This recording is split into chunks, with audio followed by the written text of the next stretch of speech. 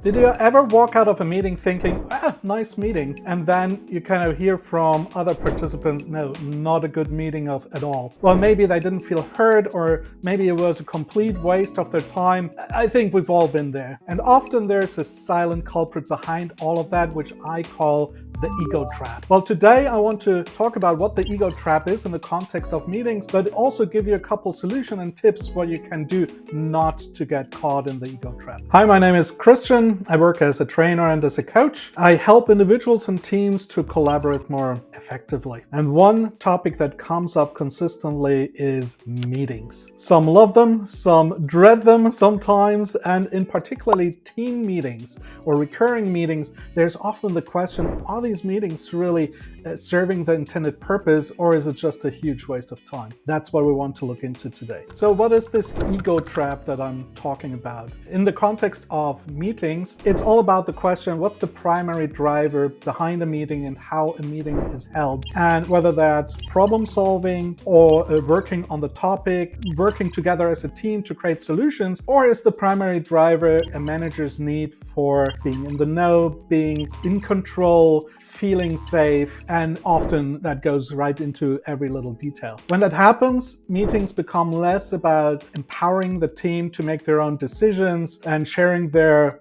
challenges, and it feels more like a pony show. Like everyone polishes their slides and say, hey, everything's fine. Well, I'm not saying this trap is always a conscious decision. Sometimes it's just part of an organizational culture or just a habit. Nevertheless, right, the impact is the same. You spend a lot of time in meeting, you spend a lot of time polishing slides and showing up great, and it doesn't feel like a productive meeting at all. One of the most obvious consequences of the ego trip is there's too many meetings. When checking in, staying in control becomes a priority, the number of meetings increases. And well, if you think about it, it's a minimum 15 to 30 minutes of meetings times the number of people in your team times every week.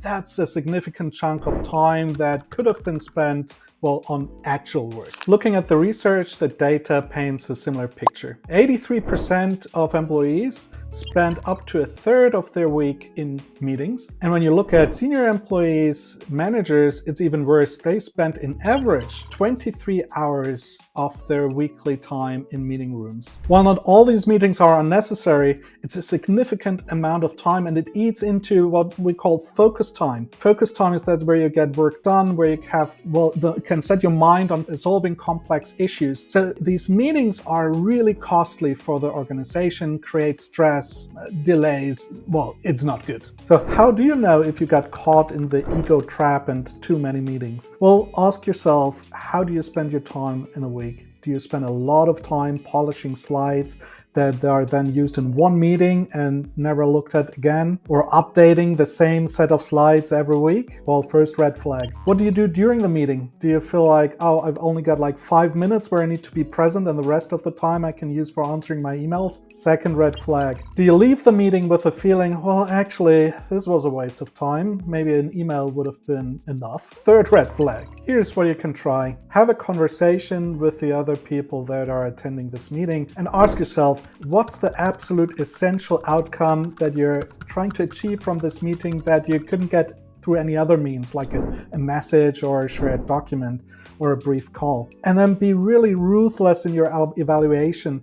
You might not get rid of the meeting altogether, but may shorten it and focus on what really matters and the outcomes that you want to achieve. To help you with this, I've put together a very simple, short checklist that you can use to evaluate whether your meetings are really necessary. You can find the link in the video description below, and hopefully it's an easy, quick way to inject some rigor into your meetings.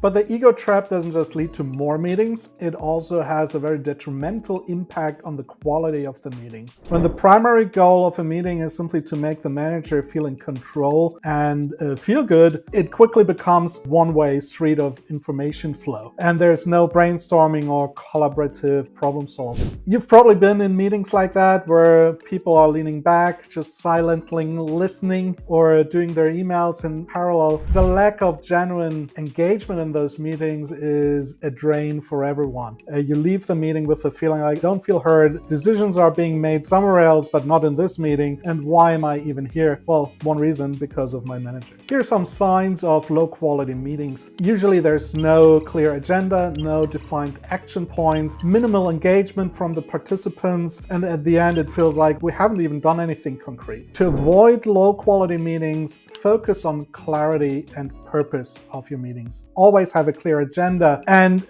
ideally share the objectives beforehand. Ensure that there's a meeting structure and someone's keeping time and asking, well, how much time do we want to spend on this agenda item? Ideally also someone taking notes or being responsible for sharing the outcomes of the meetings afterwards. And most importantly, make sure that decisions are actually made clear and are well understood by everyone in the meeting before you part ways. So how do you recognize whether the ego trip is at play in your team meetings? Well, if you are the manager, here are a couple of questions that you can ask yourself and answer honestly. Do I consistently talk more than half of the time in team meetings? Is the agenda of my team meetings focused on status update or problem solving or strategic discussions? Do I feel the need to go into details because I'm not convinced that my team can handle it on their own? Am I truly open to dissenting views and opinions, or am I steering the conversations towards my own viewpoints? Could some of the information be shared differently rather than meetings, like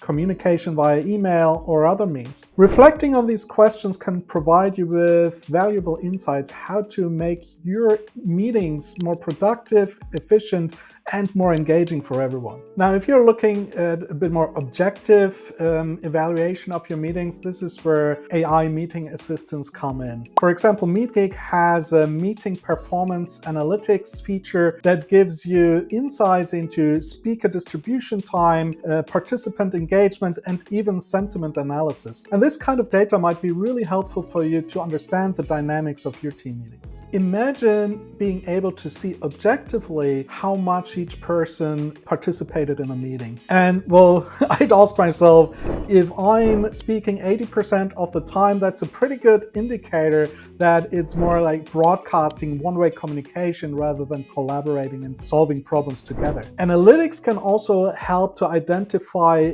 moments in the meeting where there is confusion or where there are very important decisions are being made. So you can look at the data to better understand the significant moments in your meeting and how to make your meetings better. Now, let's be honest with each other.